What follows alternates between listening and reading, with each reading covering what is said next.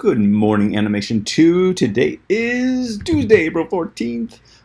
So here we go. No animated film today, because I think this video is going to take a little bit longer because I need to go through rubrics with you and then show you how to write a script, which I'm going to make very, very brief. But I really liked what everybody said about The Monk and the Monkey. Yeah, I watched that film for the first time and I thought, gosh, this had such potential. Too bad it kind of felt like a Kubo and the Two Strings knockoff.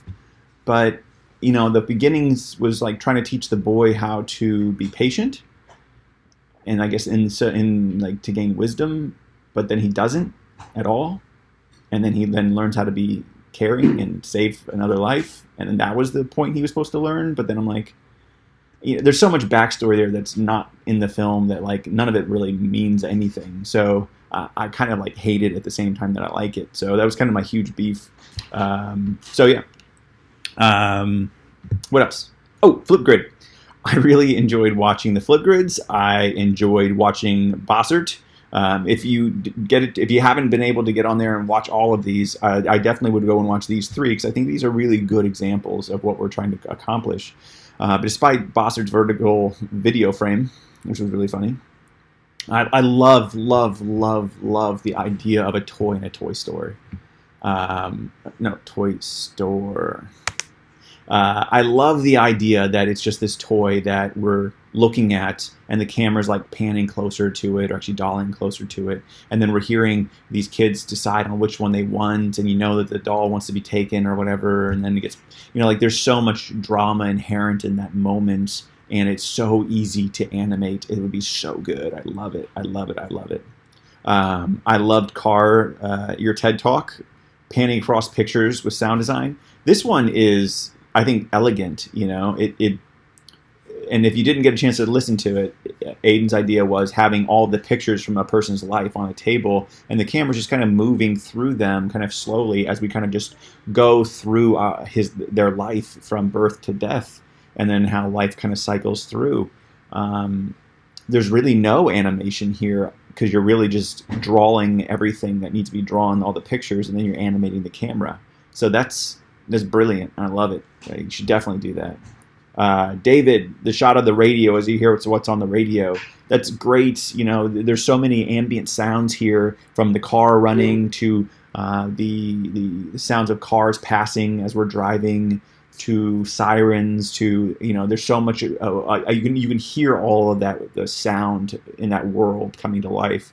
I love that.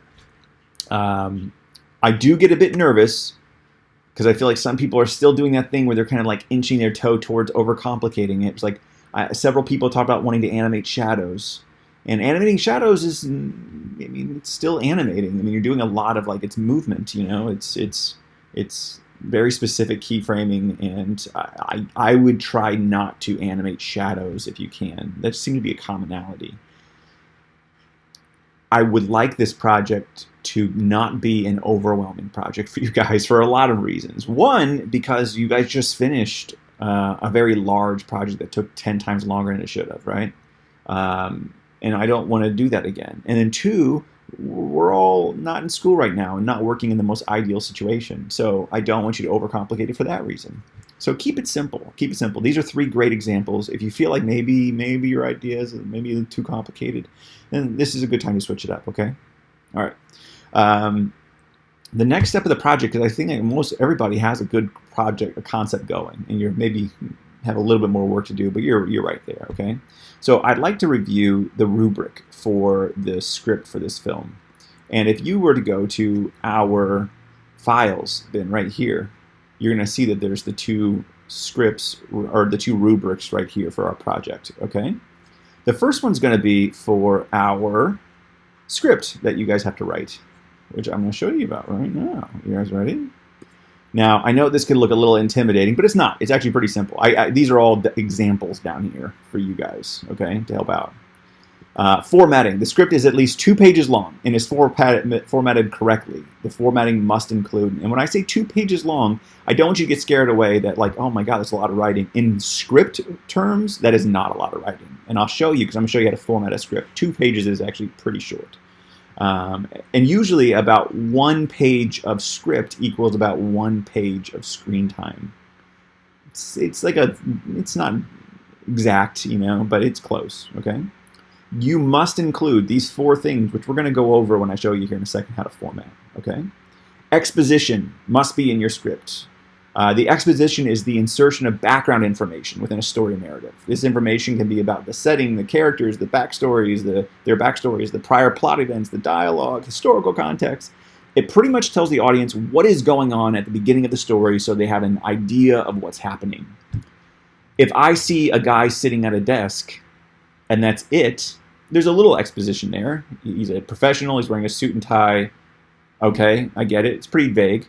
But if at the beginning you realize that it's the Oval Office, well, then it's the president, and that's way more exposition of what's going on here, right?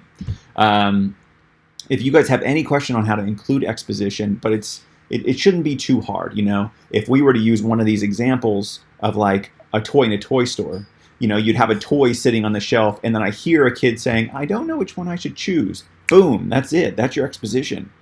I understand I'm in a toy store and that there's a boy or a girl sitting there deciding which toy to choose. We're done. The audience knows exactly everything that they need to know, okay? I hope that helps kind of, describe what exposition is. You need a conflict. There must be a central conflict to your story. If there's not, it's not a story. The conflict typically is the challenge that must be resolved by our characters. So for our toy, the conflict would be wanting to get purchased and whether this child is going to purchase them, right? So here are some examples. Someone is coming into a house. Okay, that is a conflict.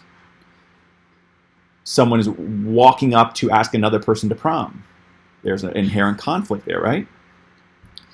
Someone's lost at sea and just wants someone to talk to. There's a conflict there, okay? So make sure that you can say that there is a conflict. And it would be hard to create a story that has no conflict. Unless it was just 2 people sitting at a table doing absolutely nothing, and then why would you ever want to make that film? And then climax. Your conflict leads to a climax, okay? It's usually the highest point of conflict. So if I have someone who is coming into the house, I try to get out, but then I'm stuck in a bedroom. That's the climax. They're walking up the stairs. I'm in the bedroom. I don't know what to do. Climax. If I'm walking up to ask someone to prom, I ask the person to prom and they say, da da da, climax. I'm lost at sea and just want someone to talk to. After days lost at sea, I see a ship in the distance. The climax of the tension. Okay? And then you need resolution. The story must have a satisfying resolution. And I want to bold, underline, draw a box around, circle, arrows to satisfying. It must make sense. Okay? If someone's walking into a house and I try to get out and I'm stuck in the bedroom, the person walks into the bedroom while I'm hiding under the bed. They put their house keys down on a side table and take off their shoes. Under the bed, I put my burglar mask back on. The person in the bedroom was never actually, they were the robber. So it's resolved. I get what's going on. This is like a great resolution to that story. No, not really. But it's a resolution to the conflict and the climax, right? If walking up to ask someone to prom, I ask the person to prom and they say, the person says yes, yay, they welcome me to come to prom with them and their boyfriend. Worst prom ever, right? After days lost at sea, I can see a ship in the distance. I swim frantically to the ship and realize it is sinking. And then a person from the sinking ship swims to my raft. He's incredibly annoying and won't stop talking. Resolution, right? So make certain that there is some resolution to your story, okay? So if I were looking at the vertical Bossert toy in a toy store, the toy wants to be chosen. That's the conflict. The climax, the kid grabs the toy and takes it to the shelf and goes, I want this one. What a great day. And then the resolution, the kid puts it back and goes, never mind, I want this one. Another one. How heartbreaking, right? And then there's a resolution to that story. It's a great resolution to that story. Okay, so that's all for 75 points in your script.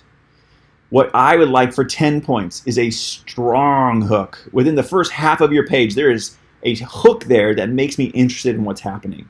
Our job as an entertainment art is to get the attention of our audience. We want to grab their attention and not let go.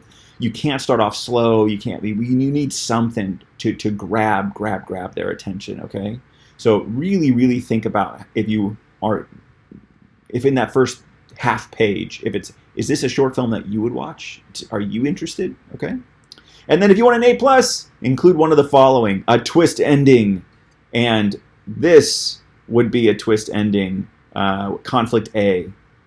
The person actually being the burglar who's under the bed would be a twist, right? That would be kind of cool. Foreshadowing, which is something that you should probably put in most scripts that you write anyway, and that would be C. The person that swims frantically to the ship, the person who comes off the ship is incredibly annoying and won't stop talking. It's foreshadowed by the fact that all I wanted was someone to talk to. That foreshadows my resolution, right? Or you can do time jumps, which can also be very, very satisfying. Inside of, let's say if I was doing David's idea inside of the car, the radio, it doesn't all have to take place in 1 2-minute span of time. It can take place over 20 seconds, and then I cut to later on in what's on the radio, to 10 minutes later, to 2 hours later, to the next day, to the, you can all do that. Time doesn't exist in film, in animation. We can change time and place entirely. So think about how to add these things in. Foreshadowing would be the easiest one to add, though. Okay, so that is the script, or the rubric for our script. And as a project, I am not going to go over this today because I'm already running along. I'll go over that another day. Okay. I'll bold that to remember to go over it another day. So, how to write a script. In what I'd like you to do, and I know that we don't use Google Docs, but I think Google Docs is the easiest one to use. Microsoft really has none that you can use in Word that are any good. So if you go to, first, Google search Screenplay Formatter Google Docs. Okay? The first thing that pops up is this one right here, and click on it. And when you click on it, you're going to have like a ad or subscribe or add, I don't know. It'll say something right here. Add to your Google Docs. And I already have it. That's why it says uninstall. That's it. Okay. Once you go to Google Docs, you can go to Google, click on your little 9 squares over here. Docs is right there. So right here, I'm going to create a blank document. And if I go to add-ons, right here is that Screenplay Formatter that you just added on. And I'm going to launch that. Okay? And I'm going to make this really, really simple. Formatting a script is pretty simple. So I start with a header. The header is I'm either inside or outside, interior, exterior. So I'm going to do the toy store one because it's simple. Interior, not exterior. Location, toy store. And then time, day, or night, probably day if a kid's shopping, right? Notice that I lowercase this, okay? And I'm going to hit create header. Notice that, whoa, notice that it capitalized that day because the header must be capitalized, okay? And then I go down 2 spaces. What's next is the action, and the action tells me what's happening. We see, and you can use the word we, like the audience, we the audience see a toy sitting on a shelf at a toy store. It is surrounded by exactly the same type of toy. It is a generic looking doll with yellow hair. Okay, being descriptive, I'm telling the audience exactly what it is that they're seeing. Okay, that's what the action is. I'm telling the audience what it is you're seeing. That's it. Okay, the doll thinks about how alone it is. You cannot write this. Okay, again, the action, this is only what the audience sees. I can't see what a doll's thinking. I can't see what someone's thinking. I can't see what used to happen. I can't see what they're hoping for. It's just literally what is in front of the audience's eyes. Now, I could, though, go to speaker, and I'm going to write doll. And it's going to put doll exactly where it needs to be. And I'm going to hit enter once, and then go to dialogue.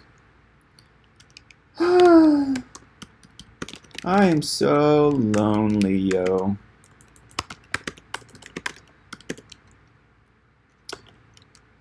Okay, now, can you do this? Absolutely. Because the doll says out loud, I am so lonely, yo.